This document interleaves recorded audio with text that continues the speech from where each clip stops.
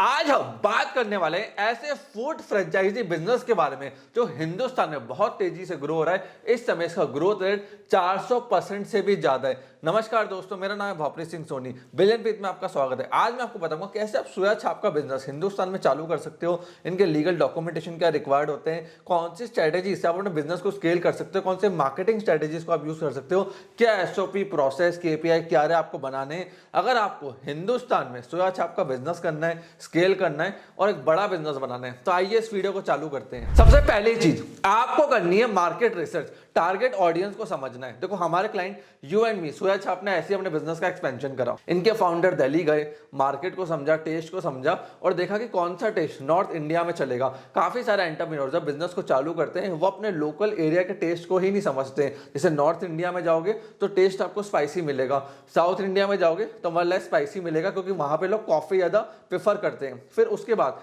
अगर आप प्रोफेशनल्स को टारगेट कर रहे हो तो वहां पे कियोस्क वाला आउटलेट खोलो, छोटा आउटलेट खोलो, टेक अवे वाला आउटलेट खोलो। क्योंकि देखो प्रोफेशनल्स जो होते हैं मीटिंग निपटा के आ रहा है, मीटिंग में जा रहा है, उसके पास टाइम कम होता है। अगर कॉलेज स्टूडेंट है, फैमिली है, वो बैठ के खाना पसंद करते हैं, उनको दोस्तों के साथ फैमिली के साथ टाइम स्पेंड करना है, तो वहां पे रेस्टोरेंट वाला मॉडल अच्छा चलेगा। तो आपको सबसे पहले अपने मार्केट को समझना है, टारगेट ऑडियंस को समझना है। दूसरी चीज, जब आप इन सब चीजों को समझ जाओ, हर चीज आप कर लो, फिर आपको देखना है कि कैसे आप कस्टमर्स को लेकर आओगे, उनको रिटेंशन दोगे। क्योंकि होता क्या है, एक फूड आउटलेट पे कस्टमर एक बार आता है, उसके बाद वो चला जाता है, बार बार वो रिपीट नहीं होता है, जिसके चक्कर में आउटलेट ज्यादा लंबे नहीं चल पाते। हमारे क्लाइंट ने सबसे ज्यादा फोकस करा कस्टमर रिटेंशन के ऊपर। उसके लिए इन्होंने लॉयल्टी प्रोग्राम रखे कि भैया अगर आपको नेक्स्ट टाइम हमारे काउंटर पे आना है, इन्होंने डिस्काउंट कूपन देना चालू करे जहां पे 10% के इन्होंने डिस्काउंट दिए। कस्टमर से गूगल रिव्यूज लिए तो गूगल पे टॉप पे रैंक होने लग गए। कस्टमर फीडबैक से इनको बहुत अच्छे आइडियाज मिले जिससे अपने बिजनेस को डेवलप कर पाए। अब देखो आपको एक स्ट्रेटेजी बता रहा हूँ अपने धंधे को डेवलप करने के लिए। आपका अगर आउटलेट ऑटोमेट करना है ना, तो सबसे पहली चीज अपने आउटलेट पे सीसीटीवी कैमरा लगाओ, गल्ले पे सीसीटीवी कैमरा लगाओ, पूरा आउटलेट पे हर जगह इंक्लूडिंग किचन सीसीटीवी कैमरा लगाओ जहां से मोबाइल से देख सकते हो। तो वहां से आप अपने आउटलेट को मैनेज कर पाओगे। दूसरी चीज, वहां पे अपना एक व्हाट्सएप नंबर छोड़ दो बड़ा बड़ा फीडबैक के लिए। अगर आपके कस्टमर को कोई दिक्कत हो रही है, नंबर पे कॉल नहीं आ सकता बट व्हाट्सएप जा सकता है, तो उससे क्या कस्टमर व्हाट्सएप करके आपको फीडबैक देगा, आप तक राइट फीडबैक पहुंचेंगे।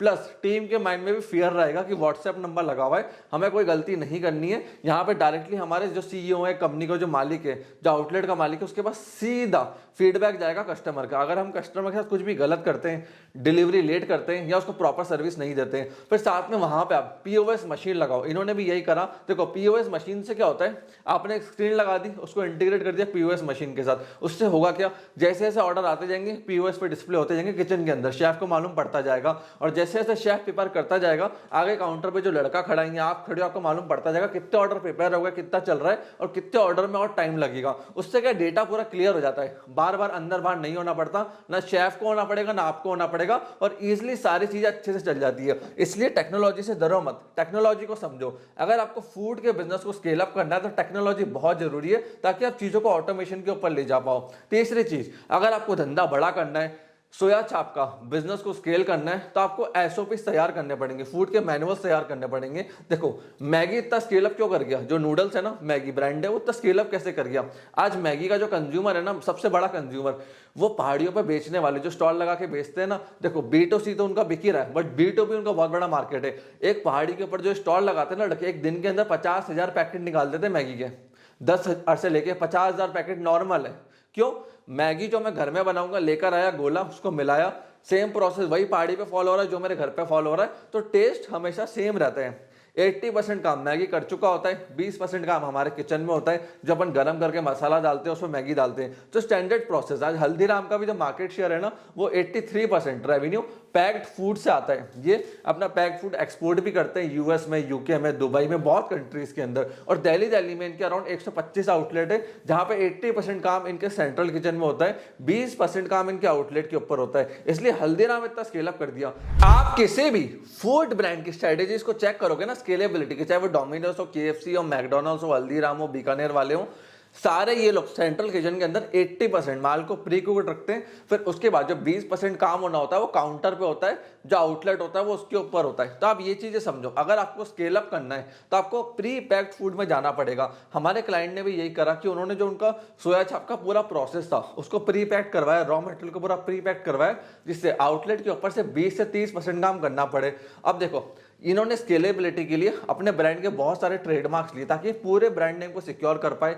जो जो इनके मेन्यू में आइटम फेमस थे और जिनका ब्रांड नेम ट्रेडमार्क अवेलेबल था उसका भी इन्होंने जाकर ट्रेडमार्क ले लिया ताकि इनके मेन्यू आइटम्स तक को कॉपी ना कर पाए। अबे इस समय तेजी से पैन इंडिया अपनी फ्रेंचाइजी दे रहे हैं, जहां पे ये अपने फ्रेंचाइजी पार्टनर को रॉ मटेरियल विद एसओपी दे रहे हैं। 80% ये प्री पैक्ड फूड सप्लाई करेंगे, 20% सिर्फ अपने किचन में उसको तैयार करवाना है और कस्टमर को गर्मा गर्म सर्व कर देना है। तो पूरा इन्होंने रॉ मटेरियल, एसओपी, प्रोसेस हर चीज तैयार करी है, जिससे फ्रेश चीजें इनके आउटलेट तक पहुंचे, फ्रेंचाइजी पार्टनर तक पहुंचे और उनको सिर्फ 20% काम करना है उसके ऊपर, और 20% काम करने के बाद ready to eat food customer को सर्व करा जा सकता है। पूरे आउटलेट का डिजाइन से लेके, स्टाफ की ट्रेनिंग से लेके, सॉफ्टवेयर एंड सपोर्ट से लेके हर चीज ये प्रोवाइड कर रहे हैं। साथ में जोमेटो, स्विगी से कैसे टाई अप रखना है, कैसे वहां पे बिजनेस को प्रॉफिटेबल करना है, बिजनेस को चलाना कैसे, कौन सी स्ट्रेटेजीज को यूज करना है, पूरा मार्केटिंग सपोर्ट से लेके, स्ट्रेटेजी सपोर्ट से लेके, कस्टमर सपोर्ट से लेके, रिटेंशन सपोर्ट से लेके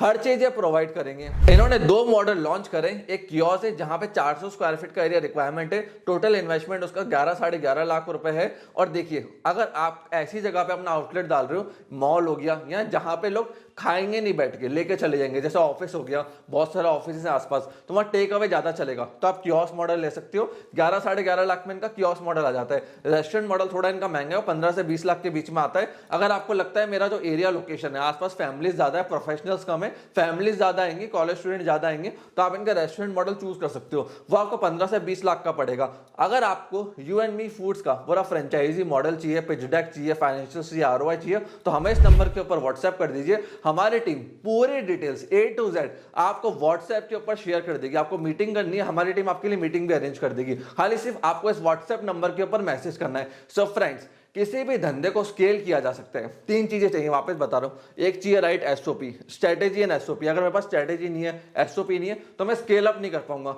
दूसरा चाहिए मेरे को राइट मार्केटिंग। मार्केटिंग नहीं होगी, मैं उसको सोशल मीडिया पे मार्केटिंग नहीं कर रहा हूं, अच्छे से इंटरनेट पे मार्केटिंग नहीं कर रहा हूं, तो धंधा स्केल नहीं होगा। तीसरी चीज चाहिए टेक्नोलॉजी। कैसा मैं टेक्नोलॉजी रख रहा हूं, टेक्नोलॉजी को यूज करके आप स्केल कर सकते हो, विदाउट टेक्नोलॉजी आप स्केल नहीं कर सकते हो।